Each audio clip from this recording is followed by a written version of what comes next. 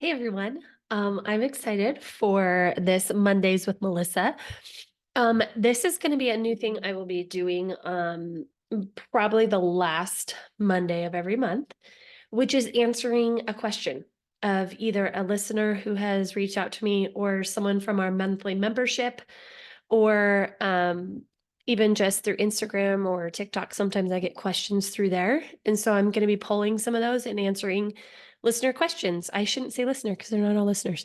I'll be answering questions of people who follow me. Anyway, I'm excited for it though, because I think that it's an opportunity for it's kind of like in class when they say that if you have a question, most likely other people have the same question.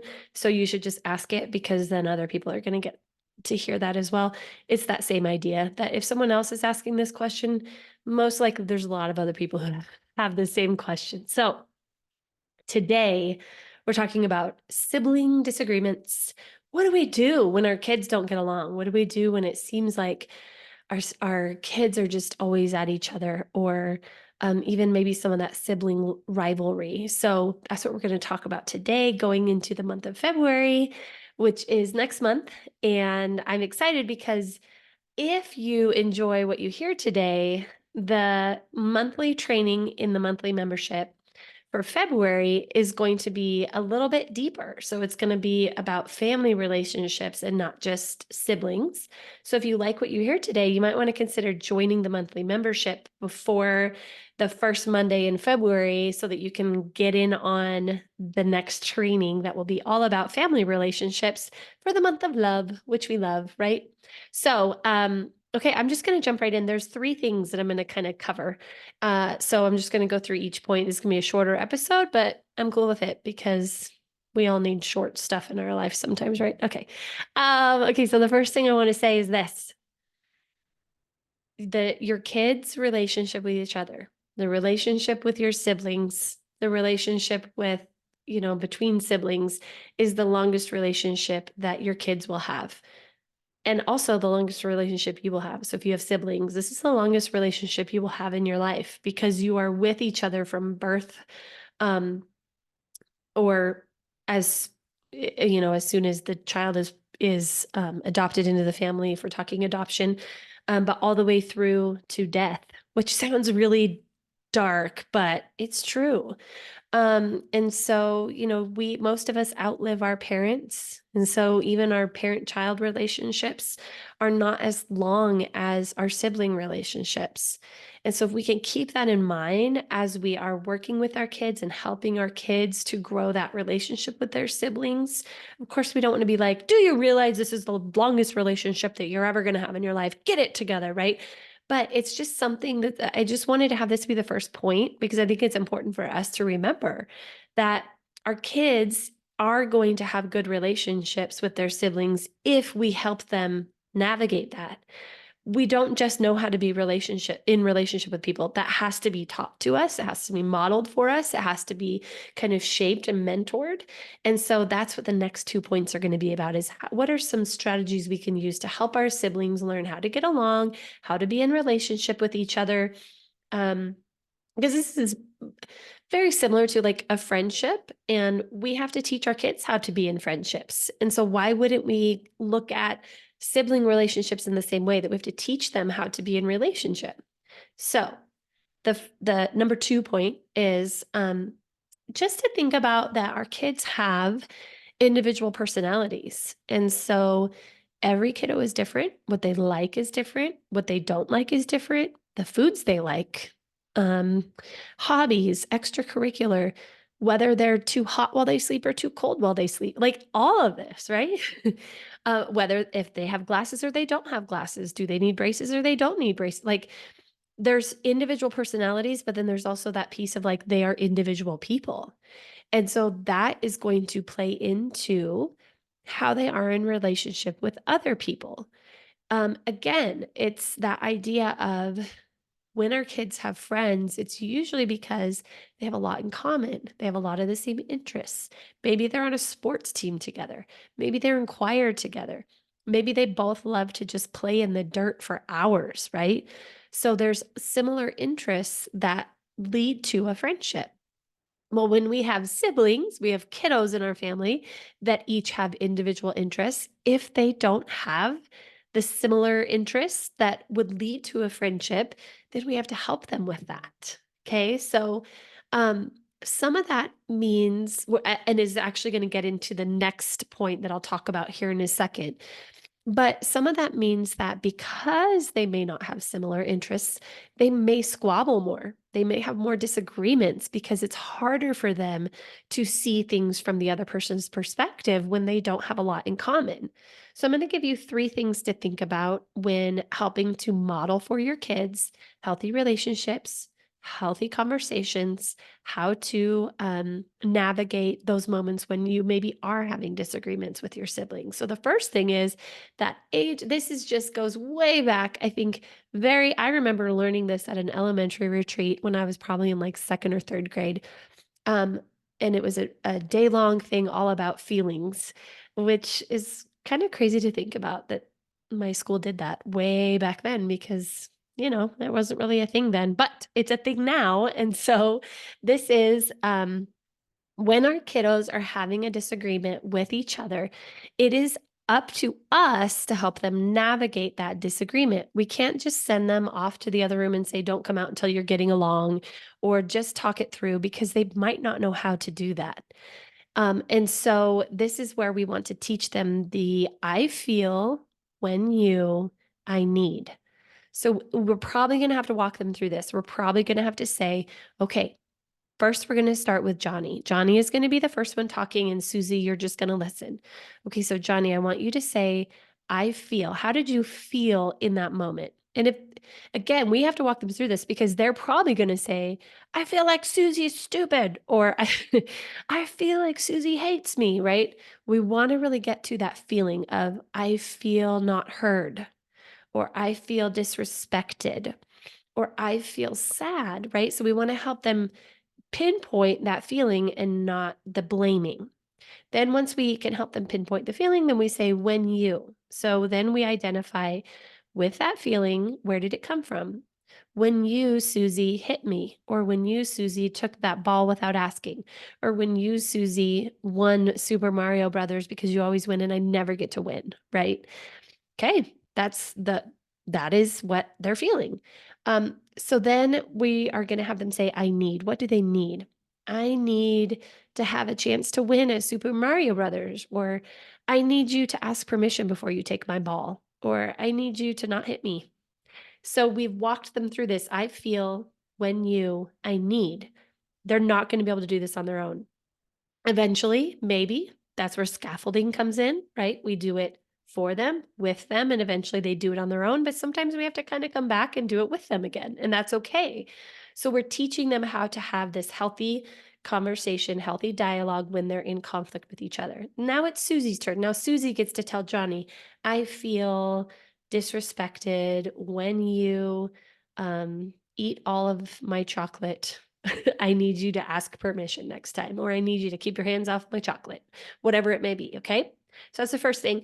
Then we want to work on teaching our kids repair. So this is really important for our kids to be modeled and for us to walk them through what it is to repair with someone that we're in relationship with someone who we are in relationship with. Repair is so important.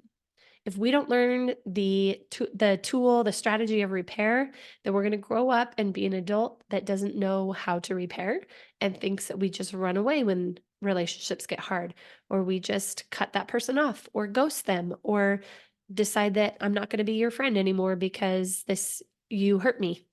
And so we want to work through with our kids, how do they repair with each other? So we've taught them that I feel when you, I need. And now we're going to walk them through what it is to repair. And repairing looks like acknowledging what you did wrong or how you may have hurt them.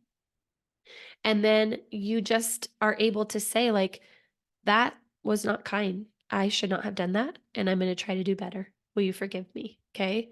So we're not forcing apologies. If they're not in a place where they're ready to repair, then we just teach them and model for them that sometimes we do need space before we can repair. And that's okay. And so maybe it's something like, hey, Do you want to circle back with this conversation after dinner when we all have full tummies? Should we do that? Or maybe it's like, yeah, I need a few deep breaths sometimes too. Do you want to go take a few deep breaths and then we can try to talk through this? Okay, so we're going to model for them that it's okay to say I need a break, but we have to say we need a break. We can't just walk away. We can't just leave the relationship. I do have a good blog post about repair, so I will attach that in the show notes if you want to read more about kind of 5 tips on how to work your way through a repair situation. That could be helpful. Okay, and then the last thing I want to say is redos. Let's give our kids the opportunity to redo. So if Susie hit Johnny, then and Johnny is saying, "Hey, that I didn't like that. I can't have you. I need you to not hit me anymore." Then we're going to talk about what can she do instead. Susie can say, "I don't like that you looked at me that way," or whatever. Or Susie can go ask for help from a grown up. That's brave, right? And so then we allow them to do that. So we say, okay, let's do a redo. Johnny is going to give her the look. Susie, instead of hitting Johnny, I want you to either, and then give her choices. I want you to either say to him, I don't like how you're looking at me right now. That makes me feel sad. Or I want you to come get help because it's very brave to ask for help. Okay. And we do the redo and we walk through it and no one's in trouble. We are very light. Our face is not angry. We have to be aware of our nonverbals, okay? Our voice is not stern. We have to be aware of gentle eyes, gentle voice, kind voice, all of that. Because if they feel like they're in trouble, they're going to get defensive and it's going to just probably become some sort of a back and forth battle. Okay, so redos are great.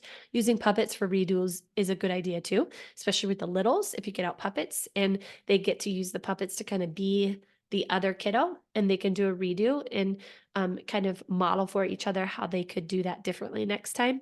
That is where the learning how to be in a healthy relationship starts.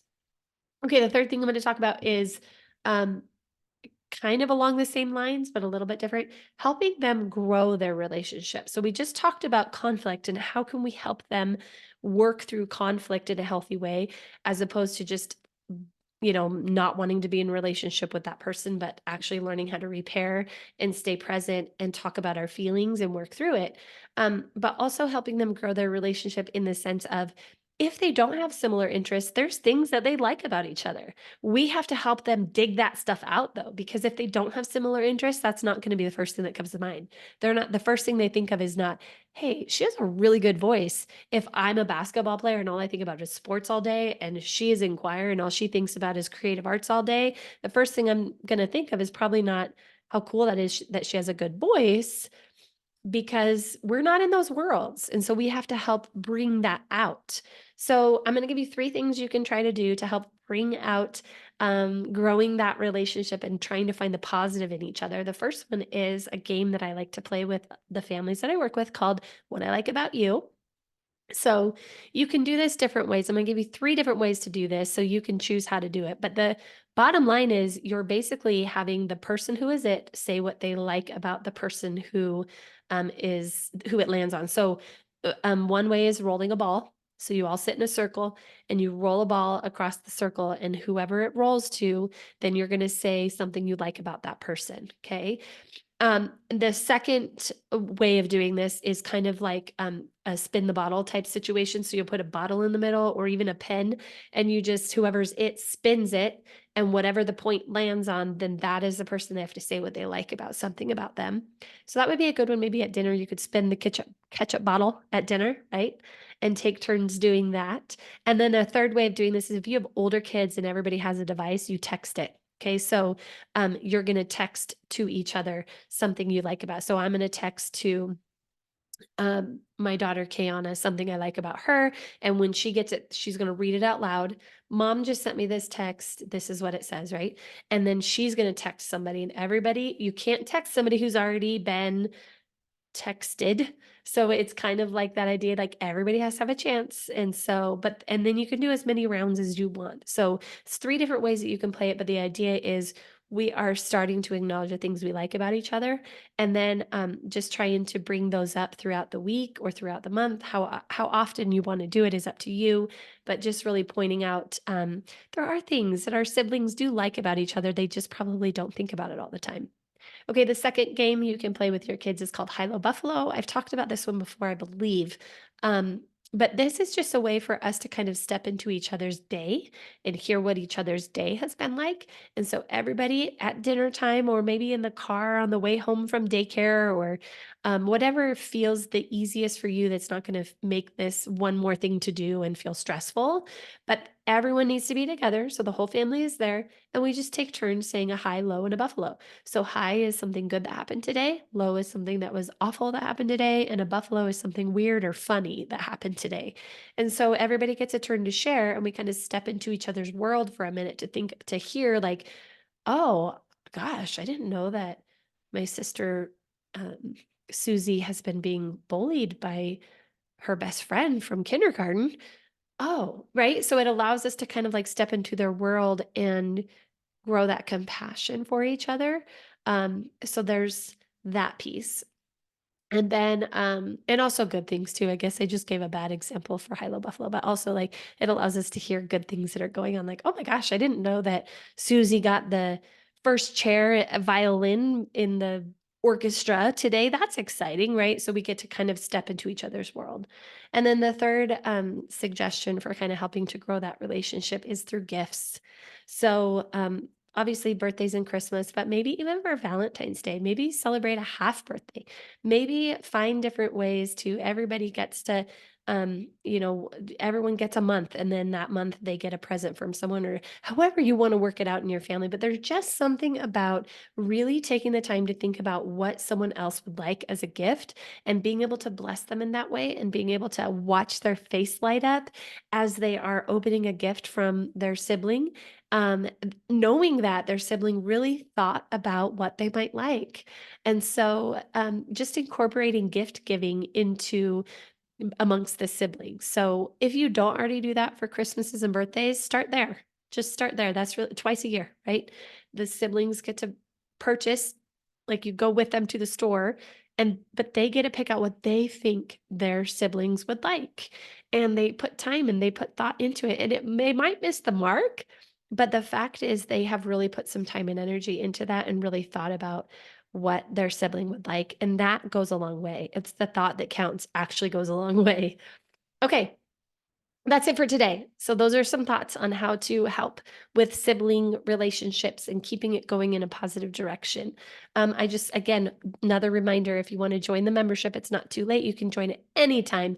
But the next training, which is kind of the big thing for the membership, is going to be 1 week from today. So in real time, if you're listening to this in real time, the next training will be next Monday, the first Monday in February, and it's going to be all about families and relationships. And so if you want to join, you just go to my website, www.mendingfamilieswa.com/membership, and it will give you all the information. There's also lots of great freebies and giveaways galore. And then also just the ability to be in